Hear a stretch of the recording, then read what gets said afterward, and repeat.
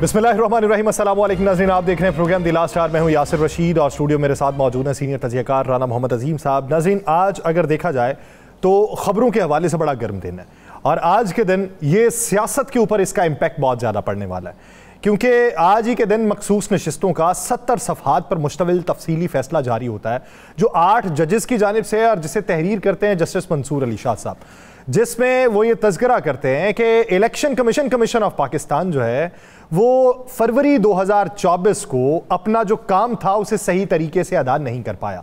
फिर वो ये भी कहते हैं कि उस फैसले में ये तहरीर किया जाता है कि पाकिस्तान तहरीक इंसाफ से इंतखाबी निशान वापस ले लेना ये इस बात का कतई गुमाज नहीं है कि इसके मद्दे मुकाबिल आप उनसे इलेक्शन लड़ने का हक छीन सकते हैं।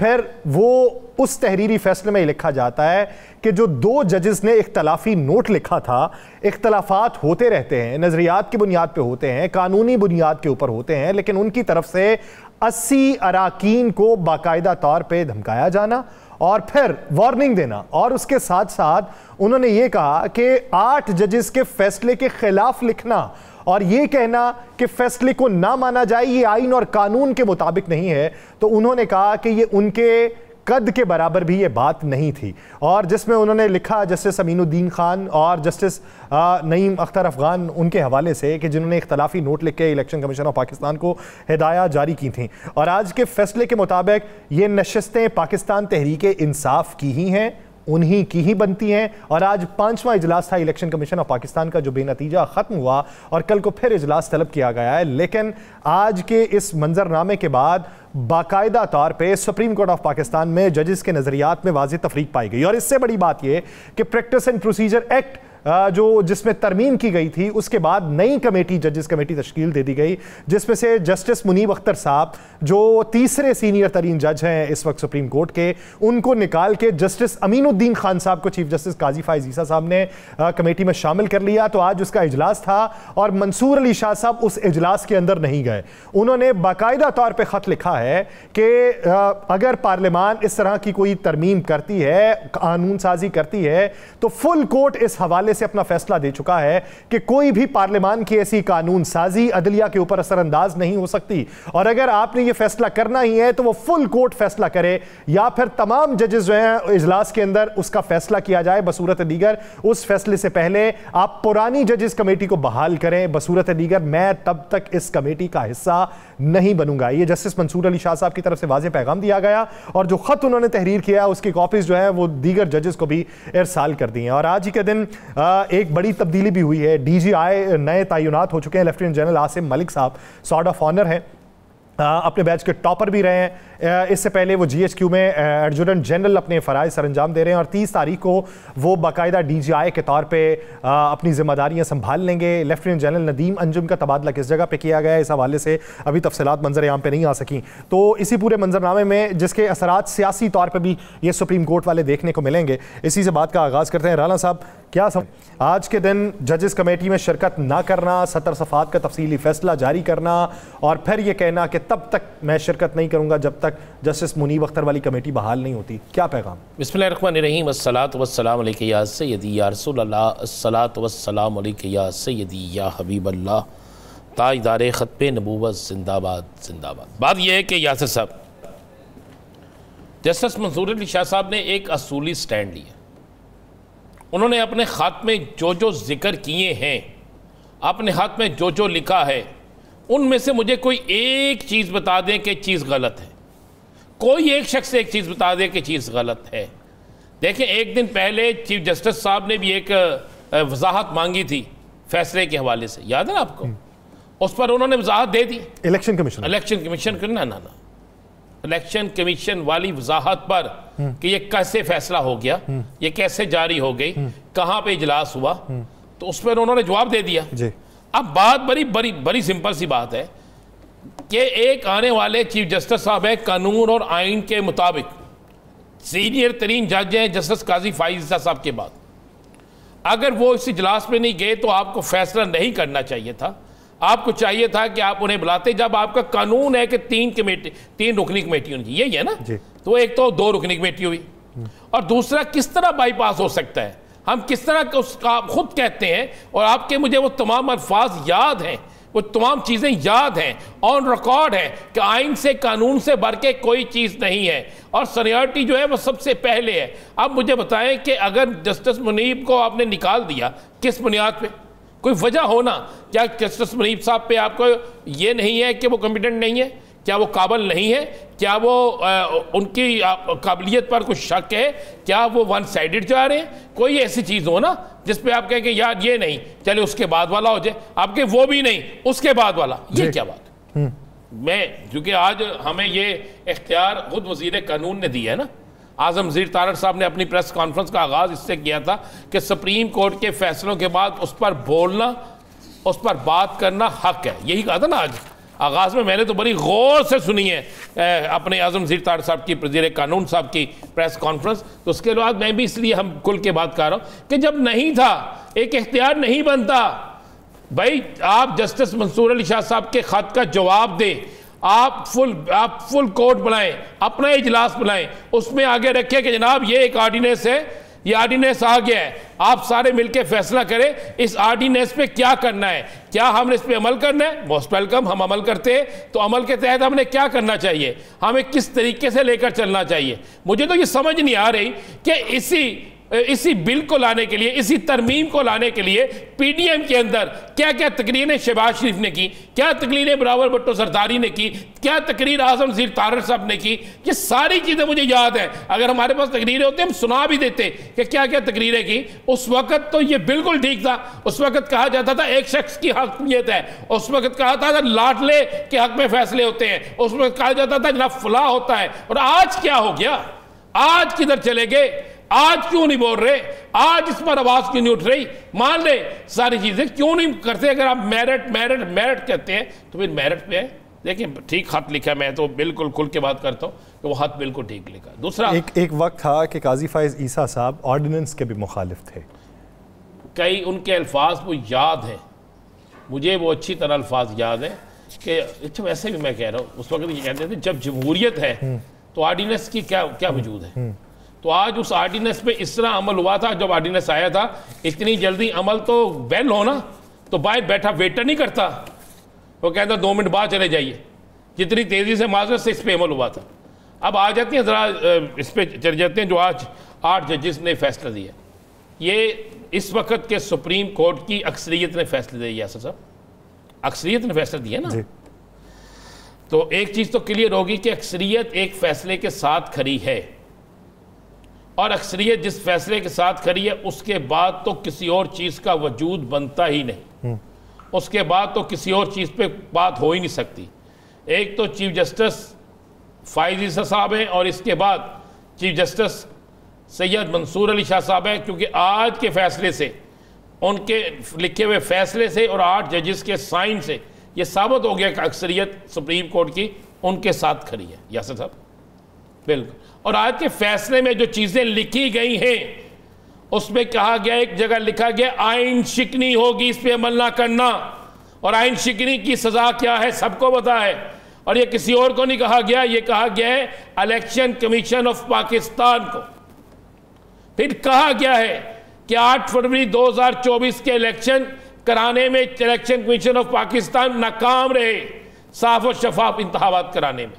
फिर वो आईनी तरमीम जो आप 2017 से लागू कर रहे हैं उसके हवाले से वाज़े तौर पे क्या कहा गया है कि 94 जो है वो किस किस से मुस्तहकम है। बताया गया है कि इलेक्शन एक्ट की कौन कौन सी जो दफात हैं, कौन कौन सी जो तजरी उनसे ये जो है वो बाकायदा ये जो है उससे मुस्तहकम है। और ये भी कह दिया गया जो आज शोर मचा हुआ है ना कि तरमीम उन्होंने तो कालदम करार दे दिया, उसको फैसले में कालदम करार दे दिया उसे।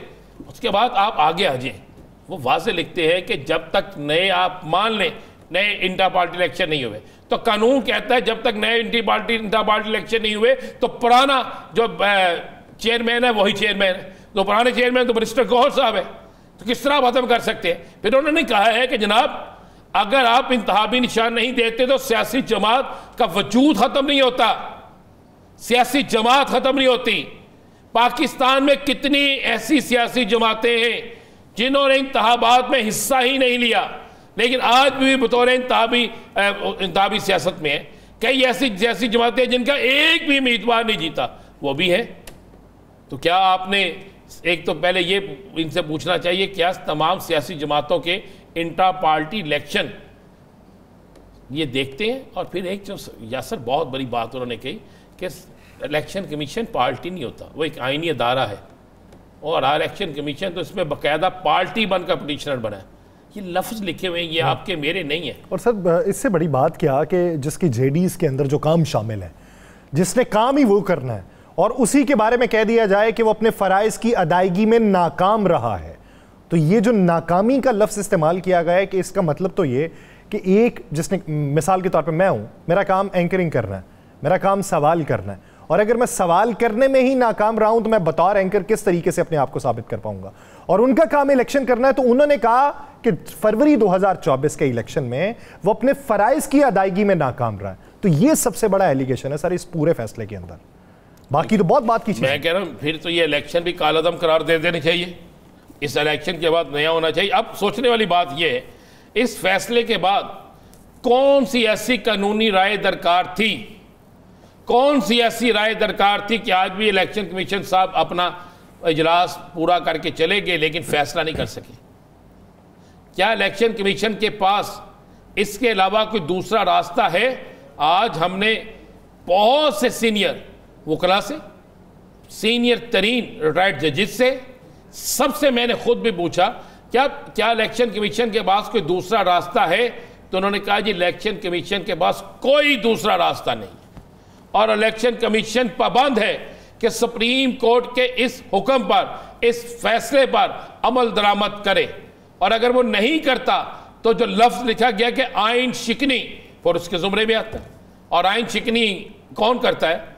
आइन शिकनी का मतलब है आर्टिकल 6 लगता है। फिर आइन शिकनी का मतलब है कि आप फिर फारिग होते हैं, और अगर तौहीन अदालत होती है उसमें लिखा गया है कि फिर इस पर अमल करवाएंगे, एप्लीकेशन का इंतजार नहीं होना, अमल करवाएंगे। और फिर जब अमल करवाएंगे लफ्ज़ आ गया तो इसका मतलब क्या है?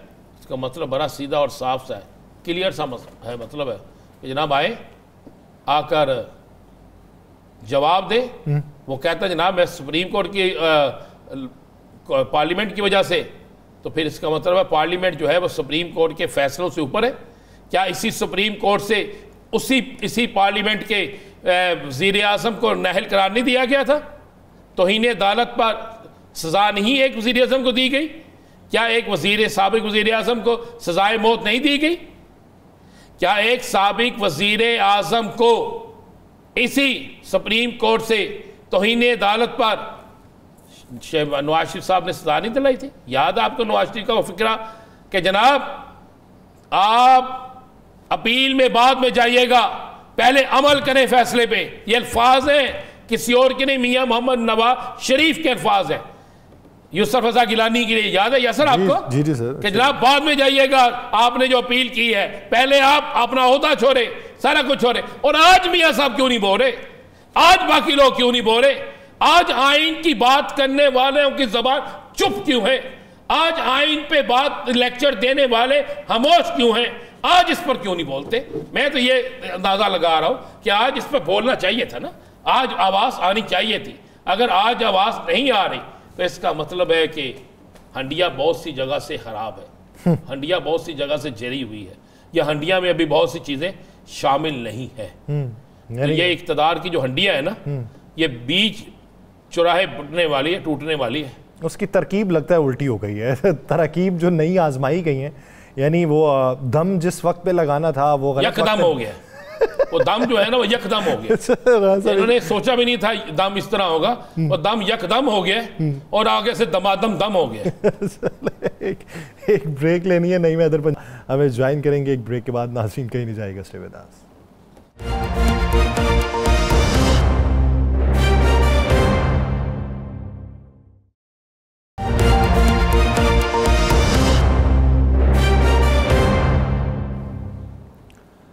ब्रेक के बाद खुशामदीद नाज़रीन। पाकिस्तान के सियासी मंजरनामे भी बात करेंगे, ये कानूनी मंजरनामे को साथ में रिलेट ज़रूर करते रहेंगे। अभी जो बात करनी है वो पाकिस्तान तहरीक इंसाफ के ये लाहौर वाले जलसे के बारे में बात करते हैं। और फिर जो जलसा इनका अगला मियाँ वाली में होना था, इत्तलात ये हैं कि बानी PTI ने मियाँ वाली के जलसे को मनसूख करने की बात कर दी है और उन्होंने कहा है कि एक जलसा कराची का कर लें और उसके बाद मीनार पाकिस्तान पर जलसे के लिए फिर से दरख्वास्त दें। तो दूसरी तरफ हुकूमत जो है उससे अगर जलसों का पूछ लिया जाए तो आज हमारे वज़ीर आज़म साहब ये कहते हैं कि 2028 में जलसे करेंगे, अभी जो वादे किए हुए थे वो पूरे करने का वक्त है। तो अभी की हिकमत अमली और अगली जो इंटेंशंस हैं हुकूमत की और उसके मद्दे मुकाबिल अपोजिशन की जो हिकमत अमली है उसके ऊपर बात की जाएगी। पाकिस्तान तहरीक इंसाफ के रहनुमा नईम हैदर पंजूथा साहब ने हमें ज्वाइन किया है। नईम हैदर साहब, बहुत शुक्रिया आपके वक्त का। नईम हैदर साहब, सबसे पहले तो ये बताइए कि उस दिन असल में हुआ क्या, यानी 6 बजे तक लाइट्स का बंद हो जाना, अली अमीन गंडापुर साहब का बाद में आना और फिर वो बड़ी वीडियो वायरल की गई कि उन्होंने कलाशनकोव के बट मार के शीशे तोड़े गाड़ियों के। तो ये क्या मंजरनामा था? हुकूमत गड़बड़ाई या मैनेज सही नहीं हो सका? देखिए, बहुत शुक्रिया, बड़ी नवाजिश आपने मौका दिया। तफसीलन अगर बात की जाए तो सबसे पहले मैं आपको बताऊं कि हम चाह रहे थे कि मीनार पाकिस्तान जलसा होना चाहिए। मैं खुद बचर साहब और इश्तियाक साहब हम जाकर DC से मिले। जब हमें इतला मिली कि आपको एक ऐसी मवेशी मंडी जो शहर से बहुत दूर है वहां पर आपको जलसे की इजाजत देने के हवाले से बात हो रही है, हम चले गए और हमने उन्हें यही कहा कि यहाँ पर इजाजत दीजिए। उन्होंने कहा नहीं, हमने उधर ही देनी है। फिर उन्होंने 41 शराइत के लिए का एक पूरा एक वो चार्ज शीट उन्होंने रख दी कि इसके साथ हम आपको इजाजत। हमने कहा कि ये नाम अली अमीन माफी मांगेगा और जो ये शराइत रख रहे हैं इनमें से चेंज करें। ऐसा नहीं है, ऐसा मुमकिन नहीं है। वो बाजिद थे और हमने उनको टाइम भी 11 बजे का कहा। उन्होंने जानबूझकर एक नोटिफिकेशन ऐसा निकाला जिसमें टाइम भी उन्होंने अपनी मर्जी का रख दिया और शहर से बाहर जगह रख दी और उसके अंदर 41 शर्तें भी रख दी। तो बात यह है कि आप एक तो शहर के बाहर जाकर जलसे की इजाजत दे रहे हैं, फर्स्ट ऑफ ऑल। दूसरी बात यह है कि इतनी गर्मी के अंदर यहाँ से लोग जो हैं वो पैदल रास्ते में, क्योंकि उन्होंने कंटेनर लगाने थे, मैंने खुद DC से कहा कि आप कंटेनर लगाएंगे, वो नहीं होगा। लेकिन मैं खुद जो है वो पैदल गया फसलों के अंदर से, एक गांव के अंदर से पैदल चल के, और 8-8 किलोमीटर हम चले और वहां पर पहुंचे। अब आप ये देखें कि हमारे जलसे ऐसे होते हैं, वहां पर खवातीन होती हैं, बच्चे होते हैं, बुजुर्ग होते हैं, माजूर होते हैं, हर तरह के लोग आते हैं। और आपने मुख्तलिफ जगहों पर वीडियोस भी देखी होंगी।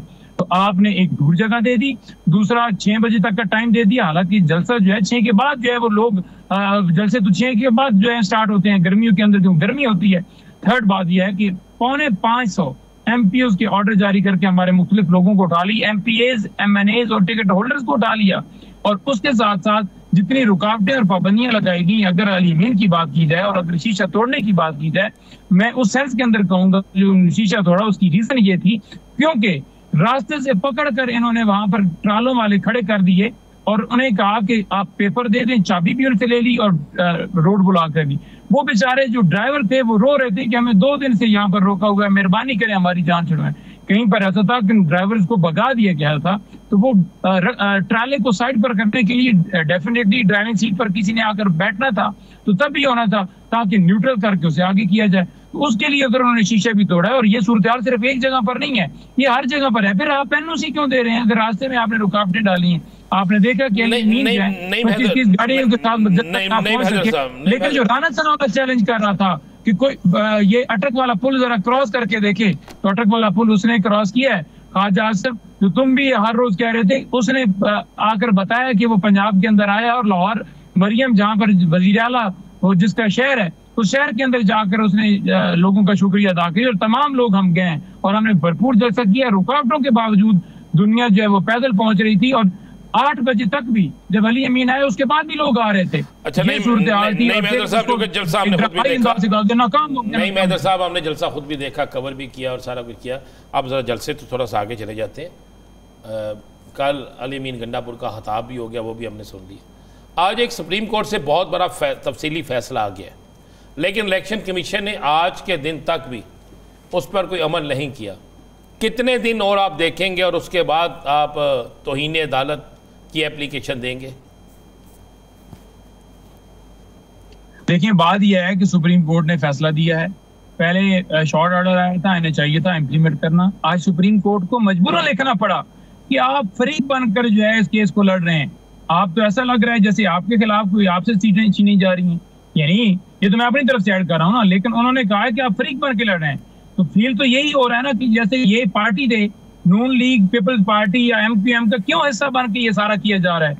जो धांधली और डाका डाला गया और जो फ्री एंड फेयर इलेक्शन करवाना ड्यूटी थी इलेक्शन कमीशन की, उसने नहीं करवाए। हम चला चला के कह रहे थे, पतन रिपोर्टें बार बार दे रही थी, मुख्तलिफ जो है वो इदारे कह रहे थे कि इलेक्शन धांधली ज्यादा हुए हैं, डाका ज्यादा। और कमिश्नर रावलपिंडी, अनवार काकड़ की स्टेटमेंट, हर एक की स्टेटमेंट ऑन रिकॉर्ड है कि धांधली हुई, लेकिन वो कोई मान ही नहीं रहा था, कोई कह नहीं रहा था। सुप्रीम कोर्ट को आज कहना पड़ा कि आपने धांधली ज्यादा इलेक्शन करवाया, जो कि 218 के तहत आपका ड्यूटी थी कि आपने फ्री एंड फेयर इलेक्शन करवाने, तो लिहाजा इस हुक्म के ऊपर इंप्लीमेंट करना किया जाए, वरना आइन की खिलाफवर्जी होगी अगर हुक्म के ऊपर इंप्लीमेंटेशन ना की गई।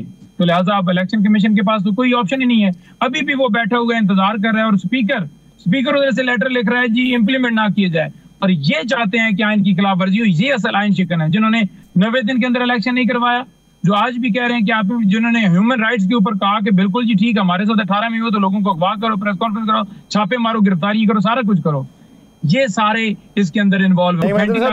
सवाल वही है जो राणा साहब ने पूछा है कि कितने दिन इंतजार करेंगे, ये इजलास का फैसला हो जाए इलेक्शन कमीशन का, उसके बाद कोई दरखास्त दायर की जाएगी, या फिर कल परसों से ही आप इरादा रखते हैं दरखास्त दायर करने का? हमारी डिस्कशन इस हवाले से हो रही है और हम इसके ऊपर इम्प्लीमेंटेशन के लिए डेफिनेटली तौहीन अदालत की कार्रवाई और इम्प्लीमेंटेशन के लिए भी हम इस्तदा करेंगे। थर्ड बात यह है कि मुल्क को आइन और कानून के मुताबिक चलने दिया जाए। क्यों फर्द वाहिद जो है वो चाह रहा है, या 2 शख्स या 4 शख्स ये चाहते हैं कि मुल्क, उनकी जो दावेदार थे जमहूरियत के, जो दावेदार थे कि वोट को, तो आज वही लोग खड़े हैं और आज वही लोग जो हैं वो आइन की खिलाफवर्जी की बातें करते हैं और कहते हैं कि इसके ऊपर इम्प्लीमेंटेशन ना की जाए और सुप्रीम कोर्ट की वक़्त खत्म की जाए। नहीं महदर साहब, आप ये बता दें कि पिंडी जलसा हो रहा है? बिल्कुल जलसा हो रहा है। हमने जो है दरखास्त आज दे दी है और लियाकत बाग में जलसा होगा, डंके की चोट के ऊपर जलसा होगा। पिंडी के बाद अगर हमें इजाजत पिंडी के बाद पूरे पाकिस्तान से एमएनए स्टेक होल्डर्स तमाम आएंगे इस पिंडी, और फिर हम वहां पर प्रोटेस्ट करेंगे। पूरे पाकिस्तान से लोग आकर पिंडी के अंदर प्रोटेस्ट करेंगे अगर जलसे की इजाजत ना दी।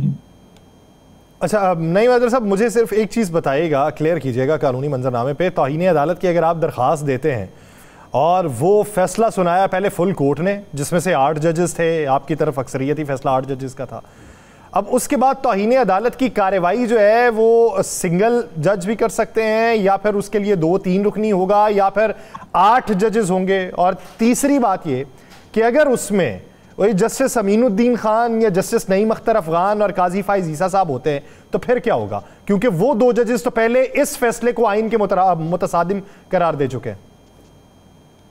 नहीं, देखें, इस वक्त जो है मेजोरिटी के साथ जो है वो फैसला आ चुका है और सुप्रीम कोर्ट के ये जजेस जिन्होंने मेजोरिटी के साथ किया है वही तौहीन अदालत की कार्रवाई करेंगे। और जो जस्टिस अमीनुद्दीन या नईम साहब ने जो नोटिस दिया, उसके अंदर नोट दिया है, उसके ऊपर भी सुप्रीम कोर्ट ने कहा है कि आप किस तरह जो है वो सुप्रीम कोर्ट की बेतौकीरी कर सकते हैं और जजेस की बेतौकीरी कर सकते हैं, और इलेक्शन कमीशन को कह रहे हैं कि इसके ऊपर अमल ना कीजिए। ये तो फैसले के अंदर, इंसाफ के अंदर जो है ये रुकावट है, और ये रुकावट नहीं होनी चाहिए थी, जो कि एक बड़ी ही मायूस कुन बात है, जो कि मोअज़्ज़ज़ जजेस साहबान जो उनकी कुलीग हैं वो कह रहे हैं कि आपने ऐसा क्यों किया है। और आप ये देख लें कि ये सारी सूरत हाल करने से क्या मुल्क के अंदर सियासी इस्तेकाम आएगा? हम अगर निकल रहे हैं, जो वजीर आजम जनाब सो कॉल्ड वजीर आजम शहबाज शरीफ कह रहे हैं कि 2028 के अंदर जलसे करेंगे। भाई 2028 के अंदर जलसे कर लो तुम, 28 क्या तुम 30 के अंदर रख लो जलसे, किराए के अलावा तो तुम्हारे पास लोग नहीं आएंगे। और ये जो अमन की बातें करते हैं, अमन उस वक्त आता है जब मुल्क के अंदर इंसाफ हो, जब डाका डाला गया हो, जब 9 मई का पूरा एक पार्टी के ऊपर मलबा डाला गया हो, जब सीसीटीवी फुटेज वाली पटिशन ना लगाई जा रही हो, जब डाके वाली पटिशन ना लगाई जा रही हो, जब ह्यूमन राइट्स की वॉयलेशन के ऊपर सुनवाई ना हो रही हो, जब ऐसी आईनी अदालतें लेकर आना हो जो यहाँ पर अपनी मर्जी के फैसले करवाने हो, जब जजेस को उठाकर किसी और जगह क्वेटा बलोचिस्तान जो वहां पर फेंकना हो, उस ऐसी तरमीम लेकर आनी हो, तो फिर आप ये समझते हैं कि वो मुल्क के अंदर अमन जो है वो आ गया। अमन उस वक्त आता है जब मुल्क के अंदर रूल ऑफ लॉ होता है, जब इंसाफ होता है, और इंसाफ जब तक नहीं आएगा तब तक अमन नहीं आएगा। और जब इंसाफ आएगा तो उस वक्त आप जेलों में होंगे, क्योंकि आपने मुल्क के अंदर डाका डाला हुआ है, आपको डील के जरिए यहाँ पर बिठाया गया। नहीं महदर जोधा साहब, सुना है आज खान साहब ने फाइनल तहरीक की तरफ इशारा दे दिया? बिल्कुल, खान साहब ने कहा है, और मैंने आकर बात भी की है मीडिया से। खान साहब ने खास तौर पर मुझे कहा है कि बिल्कुल आपने कह देना है कि हम जो स्ट्रीट मूवमेंट है उसकी तरफ जा रहे हैं। क्योंकि ये जो सूरत हाल है इस वक्त, ये टाइम है इंसाफ के लिए, अदलिया के लिए, जमहूरियत के लिए खड़े होना। इमरान खान एक दफा भी ये नहीं कहता कि मेरी आज़ादी के लिए खड़े हो, वो कहता है कि मुल्क बचाने के लिए निकलना है। हमेशा उसने कहा है कि हकीकी आज़ादी के लिए निकलना है। जब वो बाहर भी थे उस वक्त भी हकीकी आज़ादी की बात करते थे, वो जेल में तो बाद में आए ना जी। खान साहब कहते हैं कि इस वक्त टाइम है, हमने साथ देना है, हमने जमहूरियत का साथ, जमहूरियत के लिए साथ देना है, हमने हक के लिए आवाज़ उठानी है, हमने अदलिया का साथ देना है। और अगर इस वक्त कौम जो है वो नहीं खड़ी हुई तो अदलिया भी बैठ जाएगी। इस वक्त जो मेजॉरिटी के अंदर जजेस हैं, खासतौर पर सुप्रीम कोर्ट के अंदर या हाई कोर्ट इस्लामाबाद के अंदर या दीगर हाई कोर्ट्स के अंदर, वो इस वक्त चाहते हैं कि मुल्क के अंदर इंसाफ हो और हमें इस वक्त साथ देना होगा। और इस साथ देने के लिए फिर हमारे एहतजाज, जलसे, जुलूस वो सारे होंगे, रैलियां भी होंगी और हम मूवमेंट तेज करने जा रहे हैं। अब आप देखेंगे कि आने वाले दिनों के अंदर हमारे जलसों के बाकायदा शेड्यूल जारी होंगे, जिसमें हम 2-3 का शेड्यूल इकट्ठा जारी कर देंगे कि आप इधर इधर जैसे खान साहब करते थे और इस तरफ जा रहे हैं और फिर स्ट्रीट मूवमेंट की तरफ भी हम जा रहे हैं। अच्छा नहीं अदर साहब, बात हो रही थी वकला तहरीक के हवाले से, तो क्या अपडेट है उस हवाले से कि कौन कौन सी बार्स ने ऐलान कर दिया है और उनको बतौर पाकिस्तान तहरीक इंसाफ के रहनुमा किस तरीके से एंटरटेन करके अपने साथ लेंगे?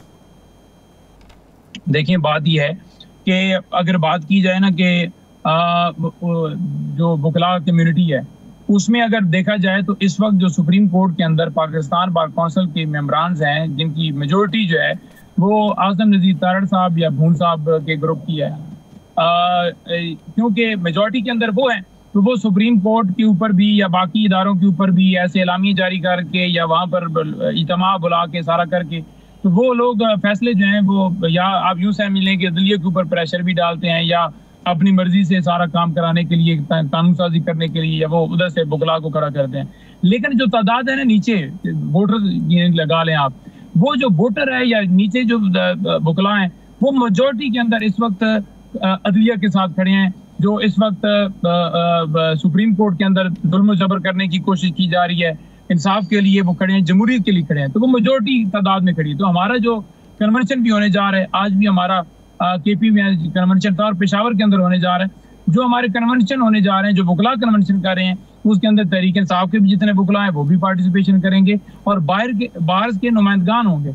8 जो पाकिस्तान बार कौंसिल के नुमाइंदे हैं उन्होंने सुप्रीम कोर्ट में भी रिजू किया है, जो आईनी तरमीम जो रातों रात एक डाका डालने की कोशिश की जा रही थी उस हवाले से भी, और मुख्तलिफ बार से भी, जैसे लाहौर हाई कोर्ट बार वहाँ पे सदर जो है वो भी खड़े हुए हैं, बलोचिस्तान हाई कोर्ट बार वो भी खड़ी हुई है, वहाँ पर क्वेटा जो बार है वो भी खड़ी हुई है। और इसी तरह से आप देखेंगे कि मुख्तलिफ बार एसोसिएशन के नुमाइंदगान जो हैं वो इसको सपोर्ट कर रहे हैं कि हम अदलिया के साथ खड़े हैं, ना कि फॉर्म 47 वाली हुकूमत जो ये चाहती है उसके साथ खड़े हैं। कल कौन सा ऐसा अहम केस है सुप्रीम कोर्ट में जिसका आप बाईकाट करने जा रहे हैं? देखिए सुप्रीम कोर्ट के अंदर जो है वो केस की समाअत है, तो वो केस जो है वो मैं उसके हवाले से मेरा ख्याल मैं वो देख के बता सकता हूँ, लेकिन कल केस की समाअत है सुप्रीम कोर्ट के अंदर, जिसमें कल जो है वो बिल्कुल हम बाईकाट करके, देखिए हम तो साहब के सामने पहले भी बारहा कह चुके हैं कि आप हमारा कोई जो केस भी ये वो सुनते हैं, लगाते हैं, उसके ऊपर आपको पता है कि वो तो खुल के देते हैं। अब रिसेंटली अगर आप देख लें, वो कह रहे थे कि फॉर्म 45 और 7 की वैल्यू नहीं, यानी जो रिजल्ट होता है, रिजल्ट कार्ड है, उसकी कोई वैल्यू नहीं है। जो बॉक्स हैं, डब्बे हैं जिनके अंदर धांधली से वोट डाले, उन्होंने कहा हमने उनको देखा है। अब उसके अंदर तो वोट डाल दिए गए, उसके अंदर तो वोट जो है हमारे जाया कर दिए, जो लीड थी हमारी उसको डबल स्टैंपें लगा कर जाया कर दिया गया, या नीचे से गट्टू जो एक पैकेट फैला है उसको जो है वो कट करके तो उसके अंदर वोट डालेंगे, तो डबल मोड़े लगाएंगे, तो सारी दुनिया को पता है। और उसको वो कह रहे हैं कि वोट ठीक है, फॉर्म 45 पर भी ना जाए, फॉर्म 47 पर भी ना जाए। तो ये वाज़ेह चीज नजर आती है कि किस तरह जो है उन्होंने इस डाके के ऊपर जो है वो पर्दा डाले रखा, पटिशन नहीं लगाई, 8 वाली या दीगर हमारी दरखास्तें नहीं लगाई, और आगे भी वो यही इरादा रखते हैं। और इसलिए उन्हें कॉन्स्टिट्यूशनल कोर्ट का सरबराह बनाने की तरफ ले जाने की तरफ अमेंडमेंट्स की जा रही थी, ताकि वहाँ पर वो बिठाया जाए और तहरीक इंसाफ की जितनी जमातें हैं, चाहे वो तहरीक इंसाफ के ऊपर पाबंदी लगाने की बात हो या दीगर दरखास्तें, वो सारी की सारी उधर लगी। अच्छा, एक आखिरी सवाल नहीं हैदर साहब, अगर ये मखसूस नशिस्तों का इजरा कर देते हैं इलेक्शन कमीशन ऑफ पाकिस्तान उन्हीं जमातों को जिनको पहले दी गई थी, तो फिर ऐसी सूरत में होने वाली आइन साजी जो है उसको कहाँ पर चैलेंज किया जा सकता? देखिए ऐसी जो मखसूस नशिस्तों के हवाले से आपने क्या सवाल किया जी sir? Election commission of Pakistan अगर पुराने तरीक़ाकार के तहत जिस तरीके से स्पीकर ने खत लिखा हुआ है उन्हीं जमातों को नशिस्तें अलाउट कर देता है, तो फिर आइन साजी जो है उसको कहां पे चैलेंज किया जा सकता है? देखिए, ये जो अमल होगा ये गैर आईनी होगा और ये सुप्रीम कोर्ट ने अपने फैसले के अंदर लिख दिया है। और अगर ये उस तरफ जाते हैं और उनको अलाउट करते हैं, जो कि अच्छा हमें जो कहते हैं कि पीटीआई वहां पर पार्टी नहीं थी, नून लीग पार्टी थी, पीपल्स पार्टी क्या पार्टी थी, एमक्यूएम का पार्टी थी, क्या अवाम ने उनको वोट दिया था? अवाम ने तो नवाज शरीफ और जरदारी और ये सारे जो हैं ये तो अपने वोटों से हारे हुए हैं। अब जो इनको सीटें दी गई हैं जितवा के, मखसूस नशिस्तें जो दी गई हैं वो भी इनकी सीटें नहीं है। और ये हमारे जो लोग, जिन लोगों ने हमें वोट दिया है, जो हमारी सीटें थी, वो लेना चाहते हैं। अगर वो अमल नहीं करता इलेक्शन कमीशन, तो डेफिनेटली तौहीन अदालत की कार्रवाई सुप्रीम कोर्ट कर सकती है, क्योंकि सुप्रीम कोर्ट ने अपना फैसला जो है मनवाना है। उसके अंदर फिर उन्हें जैसे भी उनके खिलाफ कार्रवाई करके उन्हें बुलाएं, उनके ऊपर तौहीन अदालत की कार्रवाई करते हुए उन्हें जो है वो फारिग करें, जो भी उसके ऊपर फैसला देते हैं। और वो स्पीकर, मैं समझता हूँ उसके ऊपर भी आर्टिकल 6 लगना चाहिए, क्योंकि वो चाहता है कि आइन की खिलाफवर्जी, और वो कानूनी तौर पर लिख ही नहीं सकता था। आइन की इंटरप्रिटेशन स्पीकर का काम नहीं है, पार्लियामेंट का काम है कानून साजी करना। लेकिन ऐसी कानून साजी जो अपने लिए हो और रेट्रोस्पेक्टिव इफेक्ट के अंदर कर रहे हैं कि वो उसका इतलाक 2017 से होगा, ये कौन सी कानून साजी है? कहीं पर दुनिया में पार्लियामेंट ऐसी नहीं है जो अपने लिए कानून बनाए, जो अपने लिए इसी फैसले की रोशनी में अगर वो मखसूस नशिस्तें उनको देते हैं तो फिर उसमें बड़ा सवाल उठता है। और ऐसी कानून साजी जो है या आइन साजी जो है वो आइन से ही मुतसादिम है, तो फिर उसको कहाँ पे स्टैंड देखा जा सकता है? बहुत शुक्रिया नईम हैदर पंजूथा साहब इस हवाले से के लिए। नाज़रीन, एक ब्रेक के बाद सायरा बानू साहिबा में ज्वाइन करेंगी, कहीं नहीं जाएगा, स्टे विद अस।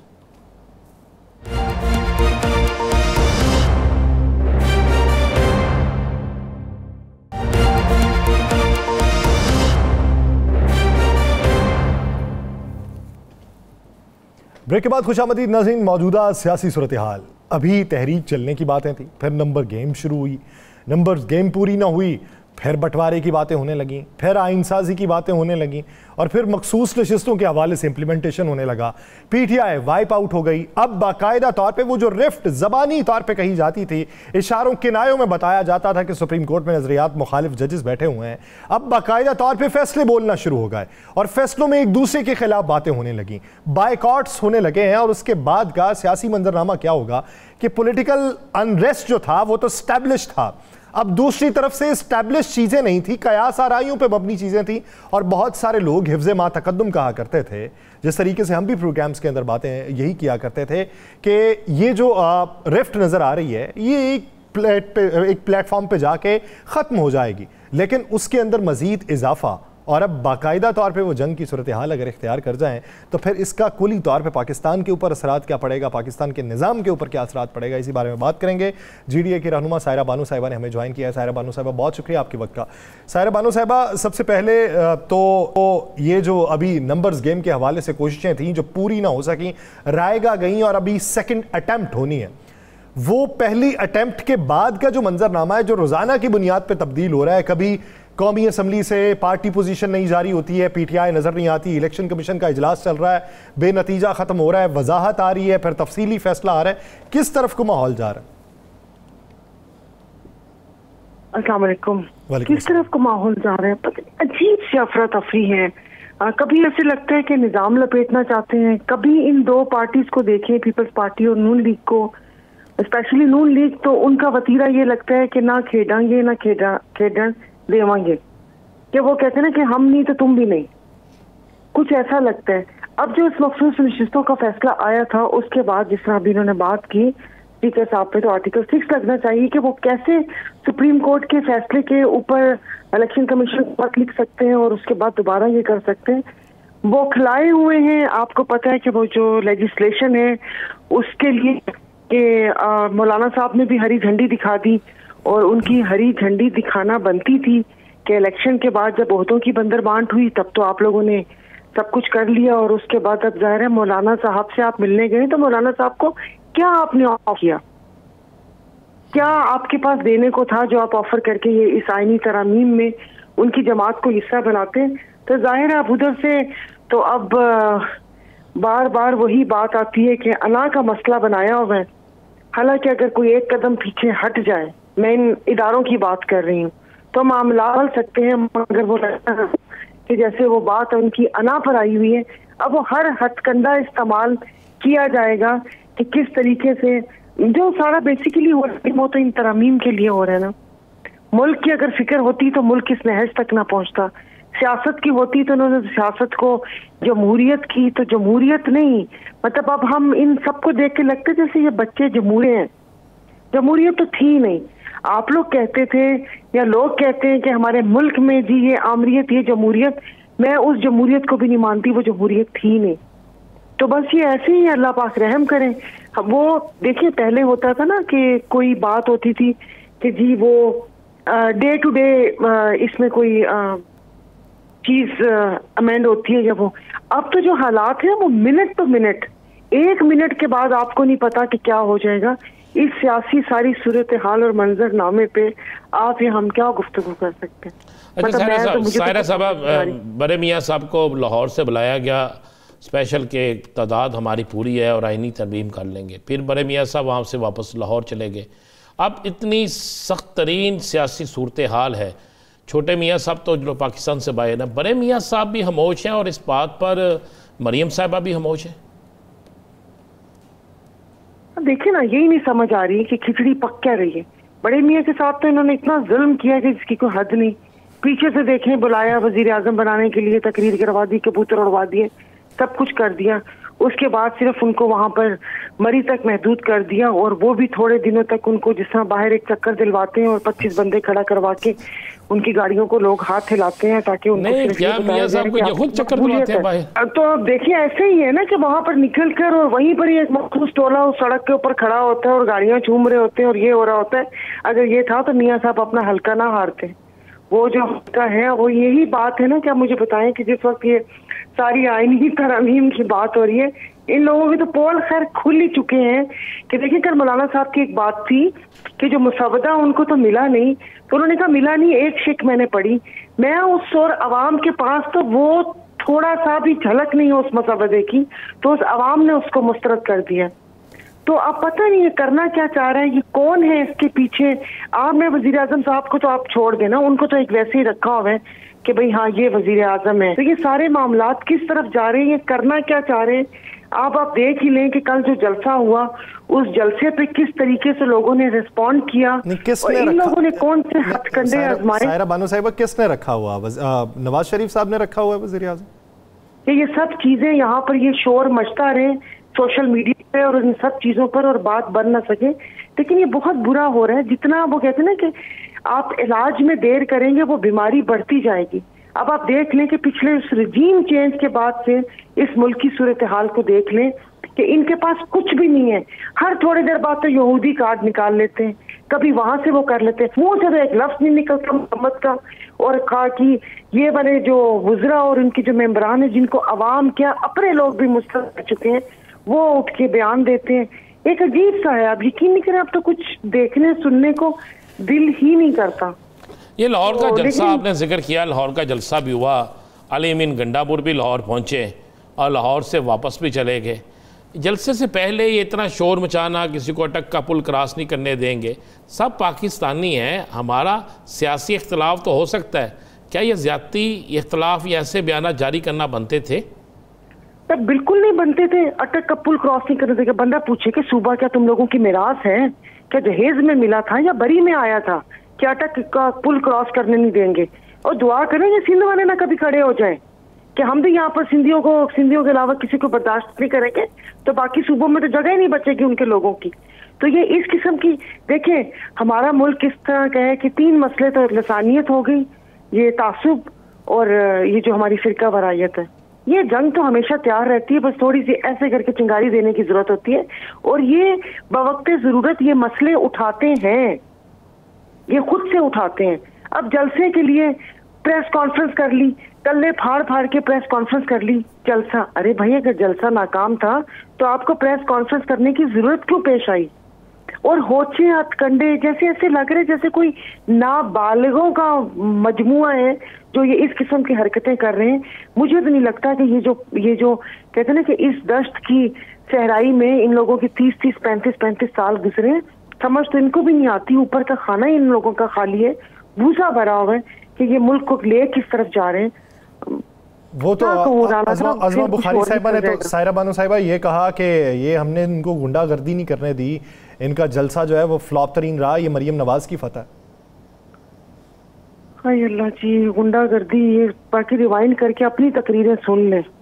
माइक उड़ाना, उंगलियों से धमकियां देना, वो गुजरांवाला जलसे में हाजिर सर्विसों के नाम लेना और ये सारा कुछ करना, मतलब ये समझ रहे हैं हम लोग बेवकूफ हैं और सब याददाश्त हमारी बहुत कमजोर है, हमें सब कुछ याद है, एक एक चीज याद है। तो इस किस्म के बयानात की, वो जो इनका एक फैन क्लब है अंजुमन बाहमी 27 बैठ जाते हैं, वो तो इसको अप्रिशिएट कर सकते हैं, लेकिन बाकी हंसते ही हैं, मजाका खेज हंसी करके हम लोग उस चीज को चैनल या तो आगे कर देते हैं कि हाँ स्क्रॉल ऊपर कर देते हैं कि ये तो सुनना ही नहीं है। तो कहते रहे जो मर्जी कहते रहे। आपका सियासी तज्जिया तजर्बा क्या कहता है कि कितने दिनों में गेम खत्म होने वाली है?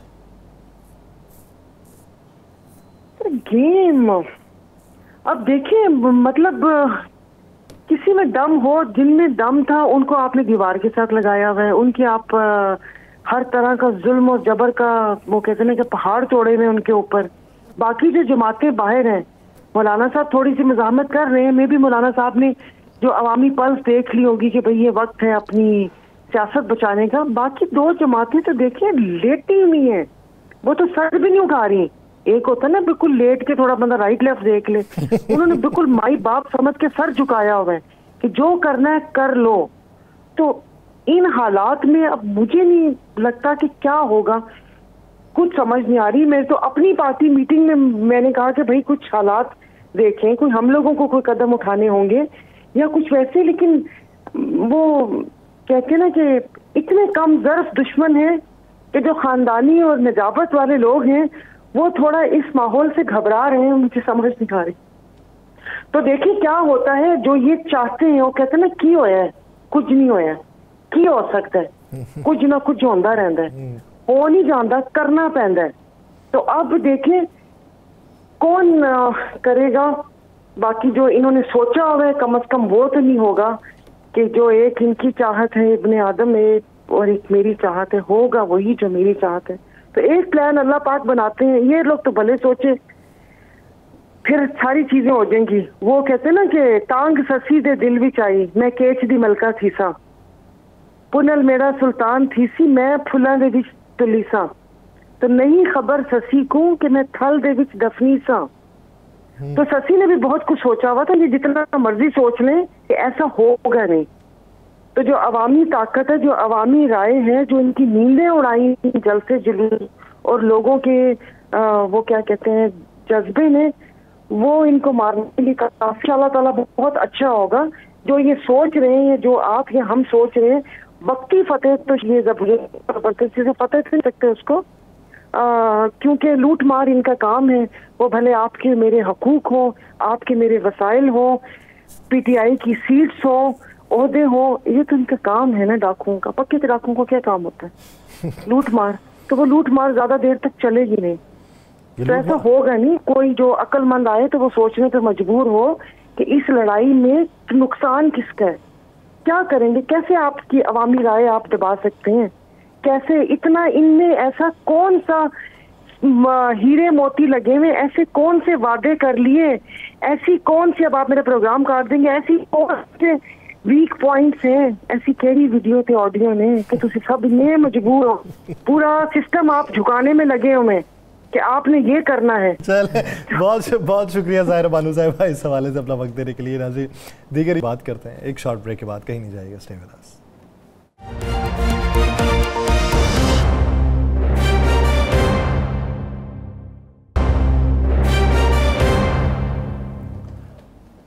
ब्रेक के बाद खुशामदीद नाज़रीन। लेफ्टिनेंट जनरल नदीम अंजुम साहब की जगह लेफ्टिनेंट जनरल आसिम मलिक साहब को DGI नया तैनात कर दिया गया है। और ये ख़बरें जो हैं ये एक दो दिन से गर्दिश तो कर रही थी, लेकिन आज फिर बाकायदा तौर पे इंटर सर्विसेज पब्लिक रिलेशन की जानिब से बाकायदा इसका एलामिया जारी किया गया, जिसमें बताया गया कि आसिम मलिक साहब जो हैं वो 30 तारीख को बाकायदा तौर पे DGI का चार्ज संभाल लेंगे। अभी जो हालिया जो जहाँ पे सर्व कर रहे हैं वो जनरल हेडक्वार्टर के अंदर एडजुटेंट जनरल के तौर पर वो सर्व कर रहे हैं। इससे पहले उन्होंने वज़ीरिस्तान के अंदर भी सर्व किया हुआ है, बलूचिस्तान के अंदर भी सर्व किया हुआ है। ज़मीनी हक़ाइक़ जो हैं वो चाहे ऑपरेशंस को लेके हों, दरअंदाजी को लेके हों, दहशतगर्दों के ख़िलाफ़ ऑपरेशंस के हवाले से हों, उस पर बहुत ज़्यादा उनकी ग्रिप भी है, सॉर्ड ऑफ ऑनर भी हैं। और जिस तरीके से army chief sword of honour हैं, DGI भी सॉर्ड ऑफ ऑनर हैं, और ये पहली बार हुआ है कि दो जो यानी आर्मी चीफ और DGI वो दोनों सॉर्ड ऑफ ऑनर्स हों। और उसके अलावा उनके जो वालिद हैं वो भी एक अहम ओहदे के ऊपर जो थे फ़ौज के अंदर मौजूद थे और उधर से ही वो रिटायर हुए। अभी मौजूदा जो चैलेंजेस उनको दरपेश हैं उनके हवाले से भी बात की जाएगी। राना साहब, क्या समझते हैं DGI की जो तब्दीली है ये ख़ित्ते में किस किस के लिए पैगाम है, और दूसरा जो अंदरूनी चैलेंजेस पाकिस्तान को दरपेश हैं उससे किस तरीके से नबर्दाश्त होंगे? देखिए, ये बड़ी अच्छी तब्दीली है और मैं समझता हूँ कि खित्ते के अंदर वो तमाम दहशतगर्द, वो तमाम मुल्क दुश्मन जो पाकिस्तान को तोड़ने की कोशिश कर रहे हैं, जो पाकिस्तान के अंदर दहशतगर्दी फैलाने की कोशिश कर रहे हैं, जो पाकिस्तान के इस्तेहकाम को जो है नुकसान पहुँचाने की कोशिश कर रहे हैं, जो सूबाई असबियत को ज़्यादा हवा देने की कोशिश कर रही है, और ख़ासकर वो गैर मुल्की खुफिया हाथ जो पाकिस्तान के अंदर अपने सहूलतकारों के ज़रिए पाकिस्तान को कमज़ोर करना चाहते हैं, और इसी तरह इंटरनेशनल सतह पर पाकिस्तान की बेहतरीन जो है रवाबत कायम करना और पूरी दुनिया को ये बताना कि पाकिस्तान एक पुरअमन मुल्क है और यहाँ पर हर मज़हब को, हर तबके को तहफ़्फ़ुज़ हासिल है। इसमें ये तैनाती एक बेहतरीन रोल अदा करेगी। देखें, ये अफराद नहीं होते, ये पूरे अदारे होते हैं, और अदारे हमेशा मुल्क के लिए वो बेहतरी करते हैं जिसका मतलब हम कह सकते हैं कि ये अजीम से अजीम तर बनाएंगे।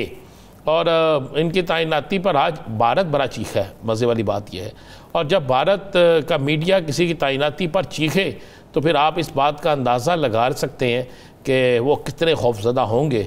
और ये मैं समझता हूँ कि पाकिस्तान के अंदर एक नई सुबह का आगाज़ होगा। बहुत सी नई ख्वाहिशात नए DGI के लिए। राना साहब, एक है बैरूनी दुनिया से यलगार, उनकी यलगार से नबर्दाश्त न होना, एक अंदरूनी तौर पे जो था पाकिस्तान का, बिलखुसूस पंजाब पुलिस को लेके, ये आपके पास एक स्टोरी है, उस स्टोरी की हकीकत क्या है और किस तरीके से आवाम मुश्किलात का शिकार? मैं आपको मज़े वाली बात बताता हूँ कि पुलिस का काम क्या है? आवाम की खिदमत करना, चोरी हो तो वहाँ पे जाके चोरों को पकड़ना। यहाँ पे काम ही उल्टा हो गया शुरू। अब एक थाने की हदूद में अगर जितने लोग आते हैं ना, और वहाँ पर अगर कोई गलत काम होता है तो उसको कंट्रोल करना पुलिस का काम है। मैं तो ये आज IG पंजाब साहब से और DIG लाहौर से और CCP लाहौर साहब, चूँकि CCP लाहौर साहब को और IG साहब को जान तो बड़े इस मामले में एक्शन लेते हैं, उनसे करता हुआ क्या, मैं खुद रहता हूँ यहाँ साथ ही बिल्कुल ताराघाट। मैंने अपनी आंखों से ये सब कुछ देखा कि वहाँ पे एक घर में चोरी हुई। अब पुलिस आए, आके चोरी देख के, वहाँ पे कैमरे देख के, वहाँ पे बाकी चीज़ें देखे और उस चोर को पकड़े। CCTV कैमरे बाहर भी लगे हुए हैं, लाहौर पूरे में लगे हुए हैं। ये पुलिस का काम है पकड़ा। पुलिस ने चोरों को नहीं पकड़ा। पुलिस ने क्या किया, वहाँ पे आए 11:30 बजे यस्टरडे वाले दिन, और आकर वहाँ पे ASI आसिम साहब थे, कोई चौकी इंचार्ज हल्लो की। उन्होंने क्या किया, 3 सिक्योरिटी गार्ड और एक आमिर है जो साइड इंचार्ज है, इनको पकड़ कर थाने ले जाकर उन्हें तारे गार्डन के जो वहाँ पे बाहर तैनात होते हैं सिक्योरिटी, हाँ बाहर तैनात होती है, जो गेट पे होते हैं, ऑफिस में गए, वहाँ से भी जो सिक्योरिटी जो हेड था वहाँ पे और अमित साहब, उनको भी ले गए, जाके थाने ले गए। उन्हें कि यहाँ पे FIR देंगे। उन्होंने कहा जी हमारा कसूर क्या है?